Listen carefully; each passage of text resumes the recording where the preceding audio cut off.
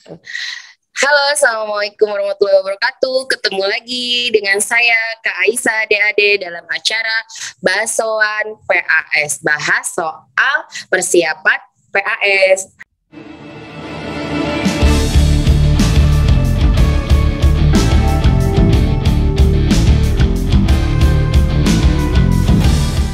Nah, di sini kakak akan membahas soal-soal kimia kelas 12. Nah, sekarang kakak akan bahas dulu dari bab satunya ya, yaitu sifat koligatif larutan. Sebelum kita bahas ke soalnya, untuk persiapan latihan PAS, kakak coba review materinya sedikit saja, gitu ya. Jadi apa sih sifat koligatif larutan? Sifat koligatif larutan itu adalah sifat yang hanya dipengaruhi oleh jumlah zat terlarut. Jadi dia hanya dipengaruhi jumlah zat terlarut. Tapi dalam hal ini jumlah zat terlarutnya itu bukan massa ya guys gitu. Tapi apakah? Tapi jumlah zat terlarutnya itu dinyatakan dalam konsentrasi dan juga faktor Van Hoff. Faktor Van Hoff itu apa? Faktor Van Hoff itu artinya dia memperhitungkan jumlah partikel zat terlarutnya. Apakah dia elektrolit, apakah dia zat non elektrolit. Nanti akan kakak jelaskan di slide selanjutnya.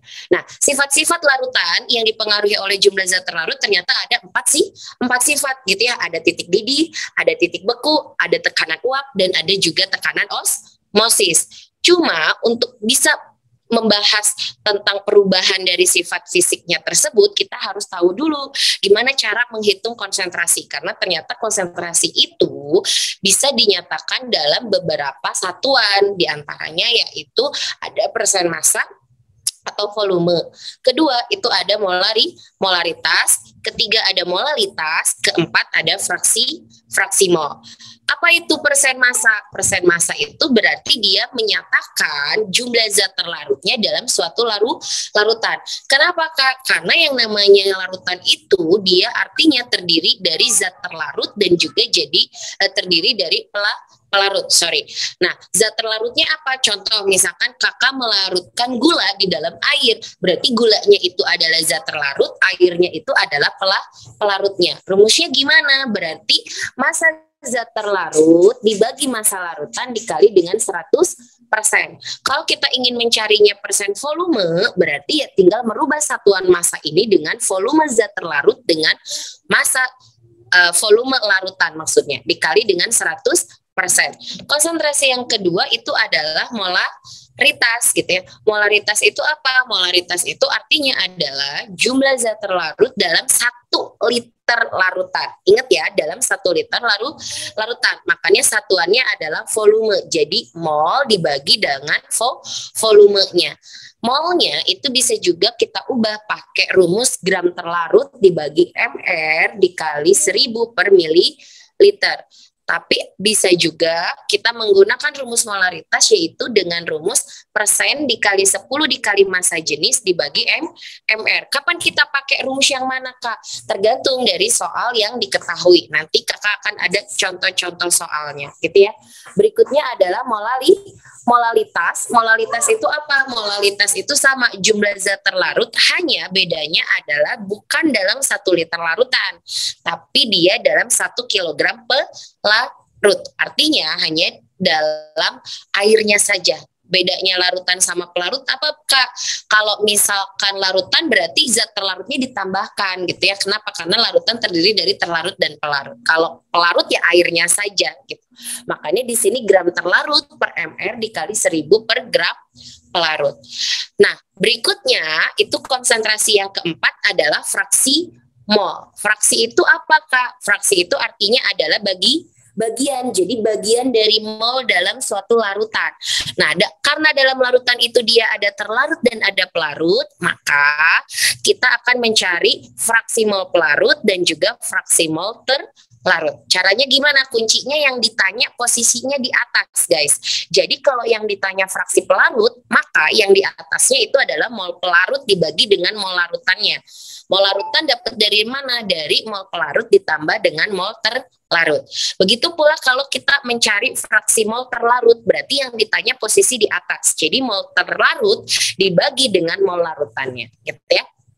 Nah, tadi jumlah zat terlarut bukan hanya dinyatakan dengan konsentrasi yang bisa dinyatakan melalui 4 satuan ini, tapi juga dipengaruhi oleh faktor Van Hoff atau I. Faktor Van Hoff itu artinya dia menghitung jumlah partikel yang terlarut dalam larutannya. Kenapa? Karena jenis zat terlarut itu beragam. Ada yang non-elektrolit, ada yang elektrolit. Nah, kalau dia non-elektrolit, maka artinya dia tidak terionisasi di dalam suatu larutan. Maka nanti I-nya itu akan sama dengan satu. Kenapa? Karena dia tidak terurai menjadi ion, gitu ya. Kalau elektrolit, contohnya apa? Contohnya senyawa garam, senyawa asam, senyawa basa, gitu ya. Untuk non-elektrolit, dia ada kunci 3D-nya. Kunci 3D-nya apa? Kunci 3D dari non-elektrolit biasanya adalah senyawa yang awalannya huruf C, gitu ya. Nah, berikutnya, kalau dia zat non-elektrolit, itu berarti tadi kita kasih kunci 3D-nya ya. Kunci 3D untuk zat non-elektrolit itu adalah senyawa yang awalannya huruf C. Zat non-elektrolit kunci 3D-nya adalah senyawa yang berawalan huruf C, kecuali CH3 COOH. Kenapa Kak? Karena CH3 COOH itu dia termasuk ke dalam senyawa asam lemah gitu ya. Makanya dia bukan zat non-elektrolit. Contohnya apa? Contohnya misalkan gula. Gula itu rumus senyawanya adalah C6H12O6. Ada lagi urea. Urea mempunyai rumus molekul yaitu CONH2 dua kali. Kalau kita lihat di sini, dia ini awalannya adalah senyawa karbon, huruf C, ini huruf C. Makanya dia zat non-elektrolit. Kalau dia zat non-elektrolit, maka I-nya satu. Nah, ketika dia elektrolit kuat, tadi kalau elektrolit apa? Kalau dia elektrolit, biasanya elektrolit itu adalah senyawa-senyawa asam, senyawa-senyawa basa, dan juga senyawa-senyawa garam. Itu yang masuk ke dalam senyawa elektrolit. Nah, elektrolit kebagi jadi dua jenis. Ada elektrolit kuat, ada elektrolit lemah. Cara membedakannya gimana Kak? Cara membedakannya kalau dia elektrolit lemah, maka dia akan ada data derajat ionisasi atau alfa yang ada di soal. Maka kalau yang lemah harus menggunakan rumus I sama dengan 1 plus N-1 dikali alfa. Sedangkan kalau zat elektrolit kuat, maka I-nya itu akan sama dengan jumlah ion, gitu ya. Nah, berikutnya dari sifat koligatif itu nanti akan ada harus bisa membaca yang namanya diagram tekanan dan suhu. Gimana nih Kak cara membacanya? Nggak usah bingung gitu ya. Ingatnya fasanya. Fasanya itu di kiri padat, di tengah cair, di kanan gas atau uap. Kalau dia perubahan fasanya dari cair ke padat di sebelah kiri ini gitu ya, itu artinya dia adalah proses membeku. Kenapa? Karena membeku itu perubahan fasa dari cair ke padat. Sedangkan kalau dia di sebelah kanannya dari cair ke gas itu adalah untuk data titik didih. Kenapa Kak? Karena proses mendidih itu adalah perubahan fasa dari cair menjadi gas. Kalau dia garisnya yang hitam, itu artinya data untuk pelarut. Sedangkan kalau yang garisnya biru ini, dia adalah untuk larutan. Semakin banyak jumlah zat terlarutnya, maka dia akan semakin cembung ke bawah, gitu ya. Dengan kata lain, nilai perubahan sifatnya jadi akan semakin besar kalau jumlah zat terlarutnya juga jadi semakin besar. Cuma untuk titik beku, dia ternyata posisi titik suhunya itu dia justru semakin ke kiri. Kalau semakin ke kiri berarti dia semakin kecil dari 0. Makanya untuk titik beku sifatnya adalah berupa penurunan titik beku. Sedangkan kalau titik didih, suhu dari titik didih larutannya itu ternyata posisinya lebih kanan dari titik didih pelarut yang posisinya berarti di kanan dari 100. Berarti dia sifat koligatifnya itu adalah kenaikan dari titik didih. Kenapa? Karena titik didih larutannya justru jadi lebih tinggi gitu ya.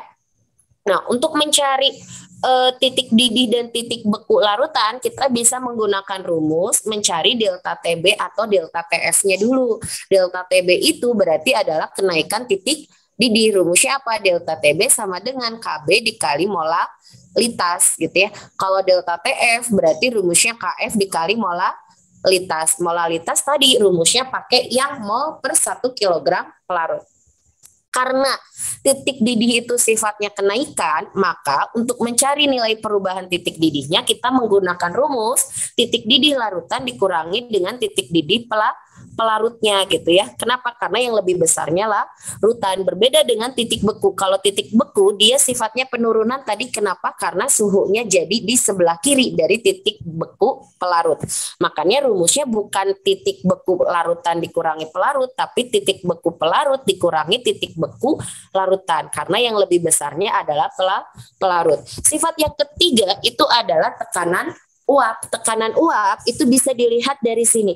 Kita kalau mencari tekanan uap berarti kita harus melihatnya dari suhu yang sama. Misalkan kakak lihatnya di suhu 100. Berarti posisi yang di garis hitam ini itu adalah punya dari titik tekanan uap pelarut. Sedangkan yang di garis birunya ini itu adalah tekanan uap larutan. Kita lihat di sini posisinya ternyata dia jadi makin ke bawah. Maka nilai delta P atau perubahan tekanan uapnya disebut dengan penurunan tekanan uap gitu ya. Rumusnya apa? Karena dia penurunan sama kayak titik beku, maka yang lebih besar adalah pelarutnya. Maka rumusnya P0 dikurangi P gitu ya. P0 itu berarti dia tekanan uap pelarut, P-nya itu tekanan uap larutan. Nah, untuk mencari tekanan uap larutan itu sama saja kita mencari tekanan uap pelarut. Kenapa, Kak? Karena yang diukur dari tekanan uap itu berarti banyaknya air yang menguap. Dia memberikan tekanan ke air yang masih fasenya larutan. Semakin banyak air yang menguap, itu artinya tekanannya jadi semakin tinggi. Makanya tekanan uap larutan berbanding lurus dengan tekanan uap pelarutnya atau jumlah dari air yang menguapnya. Makanya rumusnya adalah fraksi mol pelarut dikali dengan P0 atau tekanan uap pelarut gitu ya. Kemudian sifat koligatif keempat apakah? Sifat koligatif keempat itu adalah tekanan osmosis. Tekanan osmosis mempunyai rumus molaritas dikali R dikali dengan suhu. Hanya saja suhunya di sini satuannya harus Kelvin dan tekanannya selalu 0,082 gitu ya. Nah, sekarang kita cekidot langsung ke soalnya. Oke guys, jadi kakak kasih contoh soalnya untuk sifat koligatif larutan. Di soal pertama itu adalah titik didih larutan, dia ada 24 gram CONH2 2 kali dalam 500 ml air. Berarti kakak kasih keterangan dulu ya, 24 gram itu adalah massa zat terlarut. Sedangkan 500 ml air itu adalah volume larutannya. Gitu ya. Dan di sini kita harus identifikasi dulu nih guys. CONH2 2 kali itu senyawanya elektrolit atau non elektrolit. Dia awalannya C. Ingat kunci 3D tadi. Kalau yang awalannya C berarti dia adalah zat non elektrolit. Kalau dia non elektrolit gitu kan ya, maka I-nya sama dengan 1. Berarti di sini nomor 1 itu I-nya sama dengan 1 gram terlarutnya dia adalah 24 gram, volume larutannya itu adalah 500 ml. Ingat massa jenis air itu nilainya adalah 1 gram per mililiter selalu. Sehingga nilai volume ini bisa juga diubah langsung jadi gram pelarutnya yaitu 500 gram. Dari mana? Gram itu sama dengan massa jenis dikali dengan volumenya, gitu ya. Makanya 500 dikali 1. Nah, di sini kita cari dulu molalitas. Ingat rumusnya adalah molalitas itu Garut Marut 1000 per Grep. Gram terlarut per mr dikali 1000 per gram pelarut, sehingga molaritasnya adalah 24 dibagi mr-nya itu adalah 60 dikali dengan 1000 per 500 kan gitu. Ini coret-coret nilainya 2 ya, ini coret-coret nilainya 30. 24 dibagi 3 itu hasilnya adalah 8 dibagi 10. Jadi 8 per 10, 0,8 molar, gitu kan. Baru kita masukkan delta TB sama dengan M dikali KB, berarti 0,8 dikali dengan 0,52, hasilnya itu adalah 0,416 derajat Celcius. Berarti TB-nya itu adalah 100 ditambah 0,416. Kenapa 100? Karena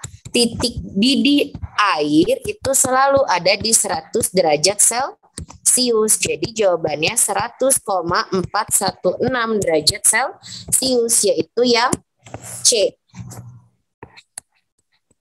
Kita lanjut soal nomor 2. Nomor 2 di sini ada gram terlarutnya yaitu 36 gram. Dia ada C6H12O6, berarti itu glukosa. Ingat awalannya huruf C lagi, berarti dia pasti non elektrolit. Kalau dia non elektrolit berarti tadi I-nya sama dengan 1, gitu ya. Gram pelarutnya udah ada yaitu 1000 gram, MR-nya berapa? Berarti kita cari MR-nya dulu. MR-nya sama dengan 6 dikali 12, gitu kan. Kenapa? Karena C-nya ada 6 ditambah H-nya ada 12 dikali 1 ditambah O-nya ada 6 dikali 16, sehingga hasilnya adalah 180. Kita cari dulu molalitasnya. Sama rumusnya, Garut Marut 1000 per grepe. Berarti 36 per 180 dikali 1000 per 1000. Ini itu bisa dicoret-coret gitu kan ya. Ini dibagi coret-coret. Ini 2. Jadi 2 per 10. Maka hasilnya adalah 0,2 molar. Delta TF sama dengan M dikali KF, maka 0,2 dikali 1,86, jadi hasilnya 3,72, 0, ya.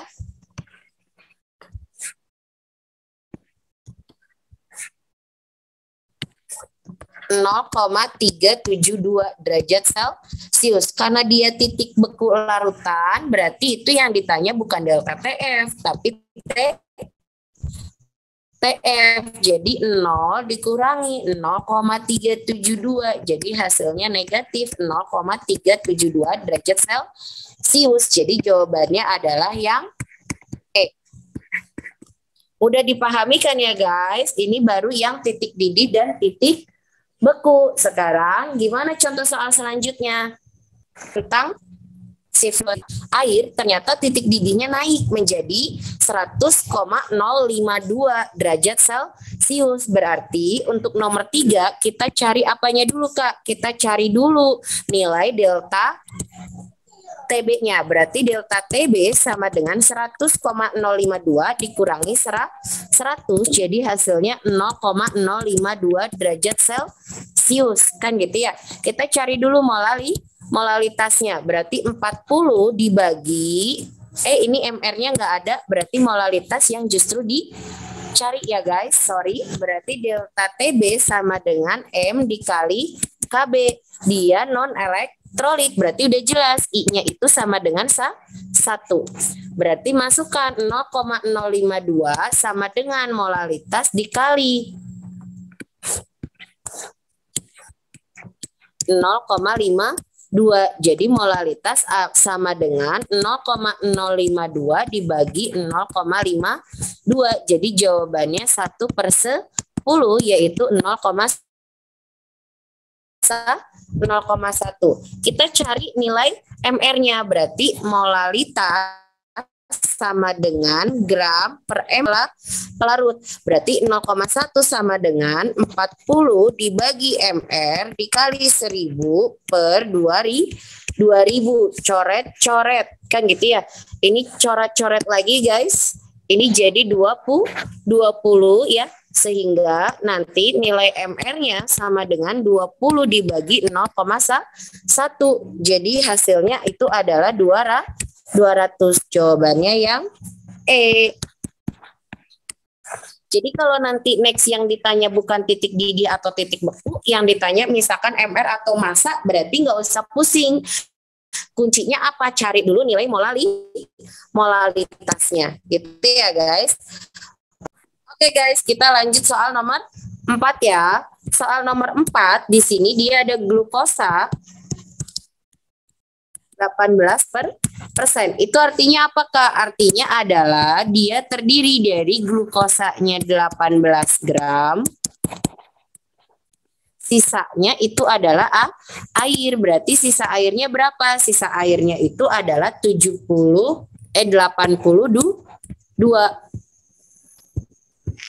gram. Gitu ya.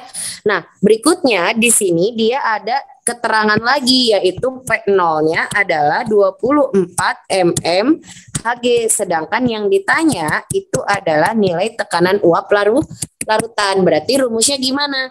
Rumusnya adalah P sama dengan XP dikali dengan P0. Berarti kita cari dulu nilai XP. Nah, sekarang glukosa itu elektrolit atau non elektrolit? Ingat, glukosa itu mempunyai rumus molekul yaitu C6H12O6. Jadi dia awalannya adalah huruf C, maka dia adalah zat non elektrolit. Kalau dia zat non elektrolit, maka I-nya akan sama dengan 1, gitu kan ya.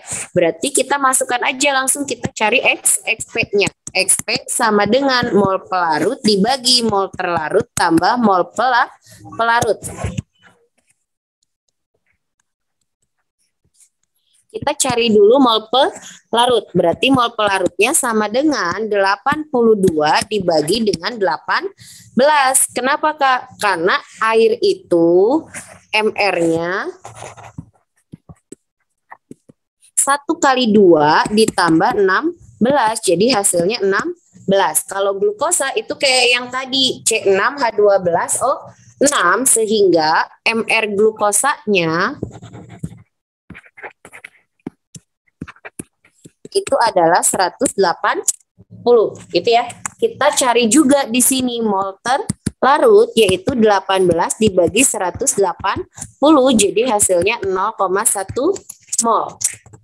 Nah, untuk mol pelarutnya berarti di sini 82 dibagi dengan 18, maka hasilnya adalah 4,56.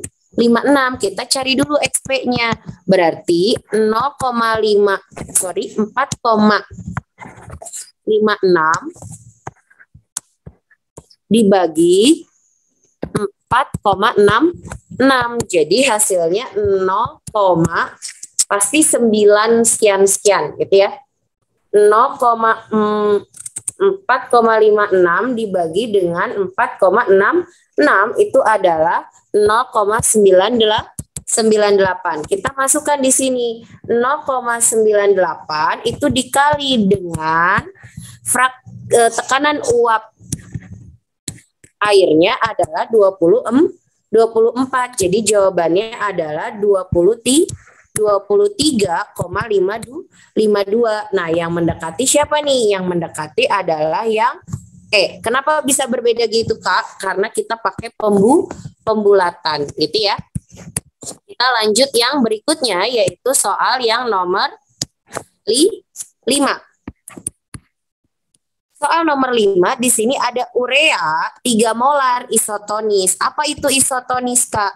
Isotonis itu artinya dia mempunyai tekanan osmosis yang sama guys. Berarti kita masukkan ke sini. Kalau dia urea itu apa? Ingat, urea itu rumus molekulnya CONH2 2 kali. Berarti dia mempunyai I-nya sama dengan 1. Berarti kalau tekanan osmosisnya sama, P sama dengan M kali R kali T kali I. R-nya sama, T-nya sama, maka yang tersisa masukkan urea 3 molar, berarti 3 molar urea itu sama aja 3 molarnya dikali 1, jadi 3 molar. Nah, dia itu sama dengan isotonis dengan basa lemah yang 2 molar. Berarti 2 molar itu I-nya berapa kan gitu. Berarti yang ini itu 3 molar harus sama dengan 2 molar dikali dengan I dari si MOH-nya. Nah, MOH itu jumlah ionnya ada berapa? Dia mempunyai jumlah ionnya ada 2. Kenapa? Karena terurai menjadi M plus dan juga OH min. Jadi ada 2 ion gitu ya. Berarti kita masukkan aja di sini. Maka nilai I-nya itu sama dengan 1,5. Nah, untuk mencari nilai alfanya, maka kita masukkan ke rumus faktor Van Hoff-nya. Faktor Van Hoff-nya apa? I sama dengan 1 plus N-1 dikali alfa. Sehingga 1,5 sama dengan 1 ditambah 2 min 1 kali alfa, maka 0,5. Jadi jawabannya adalah, kakak lanjut ke soal berikutnya ya guys.